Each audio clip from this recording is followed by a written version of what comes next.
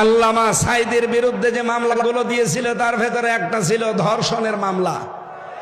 যেই মহিলাকে ধর্ষণের মামলা দেওয়ার জন্য ওই মহিলাকে নিয়ে এসেছে এই যে অ্যাডভোকেট তাজুল ইসলাম, উনি জিজ্ঞাসা করছে, মা আপনাকে আল্লামা সাঈদী ধর্ষণ করেছে?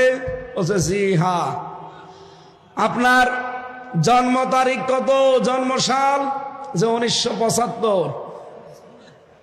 1975 সালে আপনার জন্ম, আর 1971 সালে উনি আপনাকে ধর্ষণ করেছে। ওটা কি রুহের জগতে? এ পোড়াটা যে বানোয়াট, এটা আমি নিজের জীবন দিয়ে টের পেয়েছি। কারণ 3টা বছরে ওরা আমার এই বানোয়াট মিথ্যা একটা মামলা সাজিয়ে ফাঁসির কন্ডেম সেলে রেখে দিয়েছে। দর্শক, রানীর পাখি আল্লামা দেলোয়ার হোসেন সাঈদীকে মিথ্যা মামলায় তাকে 13টা বছর কারাবন্দী করে রেখেছিলেন।